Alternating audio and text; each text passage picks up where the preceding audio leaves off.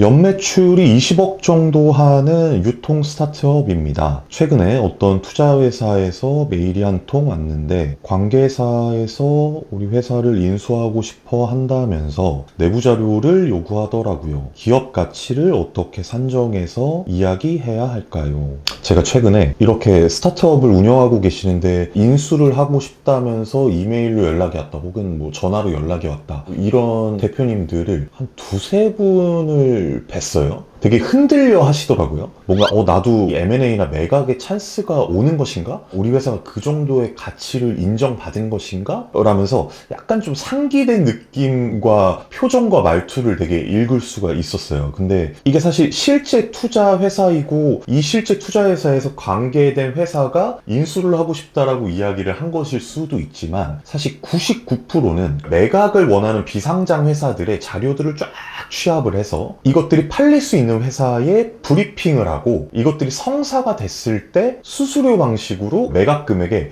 5%에서 10% 정도를 요구하는 어떻게 보면 투자 회사의 탈을 쓴 컨설팅 기업이자 매각 컨설턴트 일 수도 있겠네요. 이게 상장회사 중에는 이 상장회사가 매각을 원한다, 구주 매각을 원한다, 뭐 이런 건들이 많이 돌아다니기도 했는데 이게 스타트업 쪽에서도 기업 가치가 잘 만들어지고 매각을 원하는 회사들이 많아지고 또 인수하려는 주체들도 많이 발견을 할 수 있다 보니까 그렇게 중간 다리에서 우리 회사에 관심을 가지고 인수를 하고 싶어 하는 회사가 있다 라고 표현을 하면서 자료를 일단 쫙 취합을 해서 이 스타트업들을 쫙 모아놓고 어떤 특정한 기업들의 지속적으로 브리핑을 하면서 그들에게 돈을 받는 비즈니스를 만들어내거나 그 와중에 뭔가 성사가 되면 또 수수료를 요구하는 방식으로 비즈니스를 진행하는 회사들이 꽤 많이 생겼습니다. 그래서 지금 뭔가 질문의 로직을 본다면 아마도 그런 회사일 가능성이 굉장히 높고요. 브랜드를 운영하는 제조 스타트업 같은 경우에는 이제 사모펀드나 뭐 이런 쪽에서 인수를 하고 싶다, 뭐 브랜드나 제품의 가치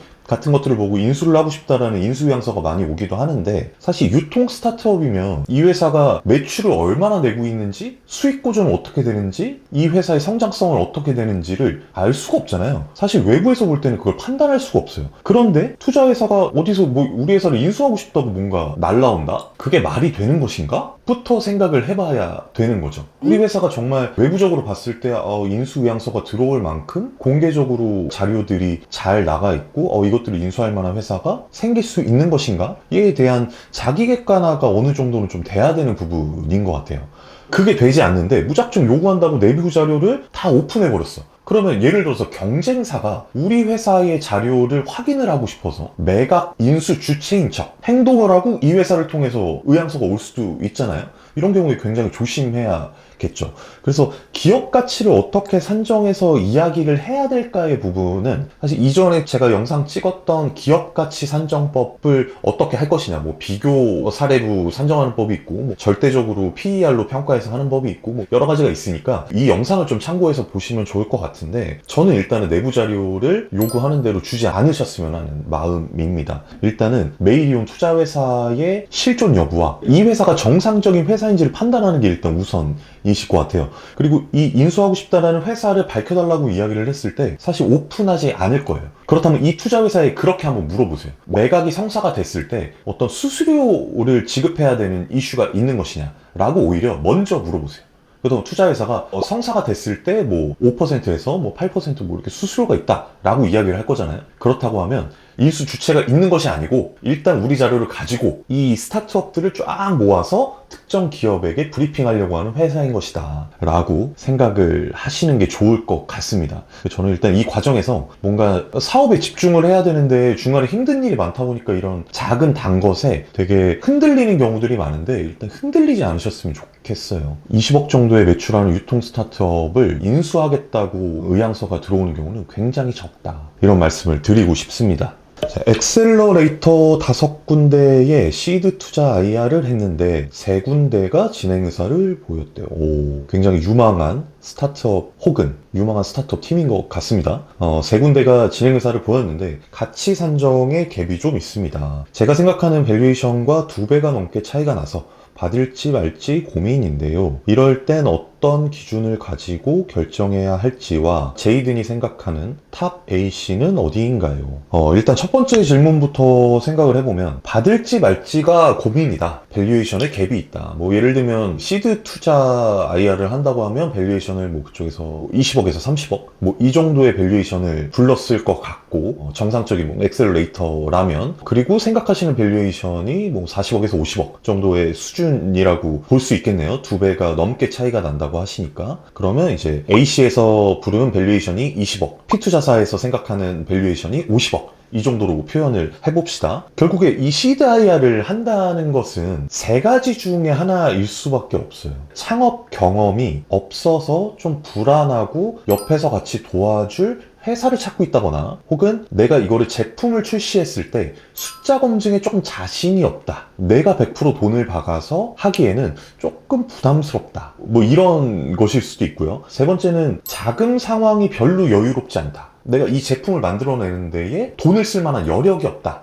라고 이렇게 세 가지 정도로 나눠볼 수 있잖아요. 그러면 이 세 가지 중에 한 가지라도 내가 해당이 된다라고 하시면 시드 투자를 그쪽에서 얘기하는 밸류에이션에 맞게 어느 정도 좀 합리적인 접점을 찾아서 받는 것을 저는 추천을 드립니다. 풀어서 얘기하자면 창업 경험이 없어서 불안한 마음이 들어. 그래서 누군가의 도움, 누군가의 옆에서 계속 이런 것들을 좀 검증하면서 사실관계 파악하고 이렇게 차근차근 가고 싶다 라고 할 때 시드 투자를 생각을 해야 되는 것 같고요. 숫자 검증에 자신이 없다. 제품을 출시했을 때 초반에 이것들이 완벽하게 숫자 검증이 제대로 일어날 수 없겠다. 조금은 테스트를 거치면서 가야 될 것 같다. 시간이 좀 걸릴 것 같다. 라고 했을 때 A씨를 선택해서 시드 투자를 받는 게 더 유리할 것 같고요. 자금 상황이 여유롭지 않다. 돈이 없다 라고 한다면 밸류에이션이 얼마가 됐건 이 자금을 채워서 제품을 만들어내고 고객을 만날 시간과 비용을 벌어야 되지 않겠습니까? 그래서 셋 중에 하나라도 해당이 된다면 시드 투자를 받으시는 걸 추천을 드리고요.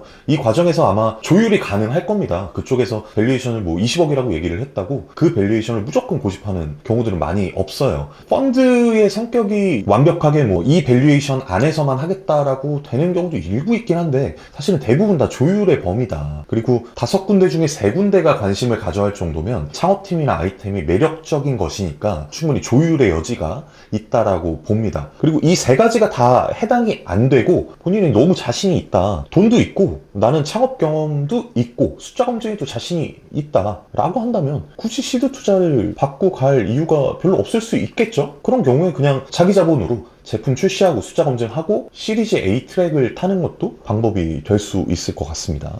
그리고 제이든이 생각하는 탑 A씨는 어디인가요? 사실 이렇게 검색만 해봐도 쫙 순위가 나오죠. 선호하는 A씨나 VC 순위가 나오는데 제가 생각하는 탑 3는 요즘은 독보적으로 1위가 좀 있는 것 같고요. 블루포인트 파트너스. 블루포인트 파트너스가 굉장히 좀 체계적이기도 하고 펀드 운영도 되게 잘 하는 것 같고 최근에 블루포인트 파트너스의 심사역분과 이렇게 저녁 자리를 하는 일이 있었는데 타 A씨 분들도 물론 많이 그렇지만 이 스타트업을 생각하는 마음이라고 해야 될까요? 이분들이 잘 됐으면 하는 마음이나 이런 부분들이 굉장히 좀 진심으로 와닿는 부분들이 있었습니다. 물론 이게 심사역분들마다 사람마다 다르겠지만 또 실제로 성과를 제일 잘 내고 있는 A씨이기도 합니다. 그 다음에는 스파크랩? 프라이머? 이렇게 3개 회사 정도를 뽑는다면 블루포인트 파트너스, 스파크랩, 프라이머 요 3개의 기관이 가장 잘 하고 있고 스타트업 차원에서 옆에서 도움도 많이 되고 다음 시리즈업을 갈 때도 같이 도움을 줄 수 있는 A씨가 아닌가. 또 다음 라운드를 갈 때 초반에 시드 투자를 받는 A씨가 규모나 시드 투자를 받는 A씨의 기관이 어디냐에 따라서 이 다음 시리즈업을 갈 때 굉장히 도움이 되는 측면들이 있습니다. 뭐 예를 들면 블루포인트 파트너스가 시드 투자한 회사니까 다음 시리즈는 좀 잘 모이게 된다든지 혹은 이 심사역분들이 나서서 심사역분들을 소개하고 같이 IR 자리를 만든다든지 뭐 이런 것들도 있으니까 초반에 결정을 한다면 이런 좀 성과가 잘 검증된 이름이 조금 있는 A씨를 선택하시는 게 조금 더 유리하지 않을까. 밸류에이션이 이런 빅하우스들보다는 아무래도 소규모 하우스들이 밸류에이션을 조금 더 높게 부를 수도 있겠죠. 이런 경우에 이 두 가지를 선택을 한다면 저는 큰 차이가 나지 않는 이상 빅하우스를 선택을 할 것 같습니다. 이후 투자 라운드에 유리하기 때문에 도움이 되셨으면 좋겠습니다. 창업하고 제품 출시한 지 1년이 다 되어 가는데 투자 유치가 정말 쉽지 않네요. 투자 유치 관련해서 꿀팁이 있을까요? 사실 너무 광범위한 질문입니다. 투자 유치 관련된 꿀팁이라기보다는 이 질문으로 유추를 해보자면 창업하고 제품을 출시한 지 1년이 다 되어 가는데 시드 투자 IR 자체도 안 되는 상황이시겠죠. 투자 유치를 어떻게 하면 받을 수 있을까, 잘 받을 수 있을까가 아니고 내가 지금 이렇게 운영하고 있는 서비스에 왜 투자를 하지 않을까? 왜 우리 회사에 관심을 가져 하지 않을까? 이에 대한 부분으로 많이 집중을 하시는 게 오히려 투자 유치를 받는 가장 빠른 방법이 아닐까 싶은데요. 일단 1년이 다 되어 간다라고 하면 어느 정도 좀 숫자나 제품의 PMF라고 하죠. 프로덕트 마켓 핏을 어느 정도 검증을 해야 되는 시기이기도 한데 이런 것들이 잘 되지 않는다면 어떤 것 때문에 안 될까? 이것들이 실제로 고객한테 먹히는 서비스일까? 이런 부분들을 오히려 좀 집중해서 생각을 하셔야 되는 부분인 것 같아요. 사실 사업을 잘 하고 PMF가 잘 검증이 됐다면 길에다가 그냥 편말 하나만 세워놔도 투자사들은 알아서 붙는다. 이미 잘하고 있는 기업이고 스타트업이라면 그런 생각이 있다 보니까 일단은 본인 스타트업에 가지고 있는 제품의 PMF가 잘 맞아떨어지고 있는가, 이게 정말 잘 가고 있는가를 먼저 점검하시는 게 우선일 것 같아요. 그리고 객관적으로 바라봤을 때, 그러니까 주관적으로는 내 제품이 너무 사랑스러우니까 혁신성이 너무 있는 것 같이 보이지만 실제로 밖에서는 그렇지 않고 고객한테도 먹히지 않은 서비스일 확률이 꽤 높지 않습니까? 그래서 이런 것들이 확인이 안 됐다면 과감하게 다른 방향으로 좀 피보팅을 해보는 것도 방법일 수 있겠다. 여러 가지의 시도들을 하면서 이것들이 먹힐 수 있는 제품인가 테스트하는 작업들을 지속적으로 좀 해갔으면 좋겠다라는 말씀을 드리고 싶네요. 꿀팁을 굳이 하나를 뽑자면 밸류에이션에 욕심을 내지 마세요.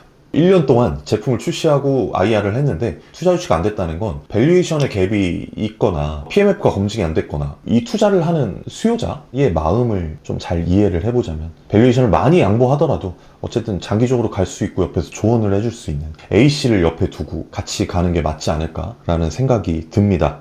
준비해주신 질문으로 오랜만에 창업 상담도 해봤는데 좀 질문들 많이 남겨주시면 그것들 제가 좀 잘 풀어서 영상으로 담아서 브리핑 할 수 있도록 하겠습니다. 이상 마치겠습니다. 끝!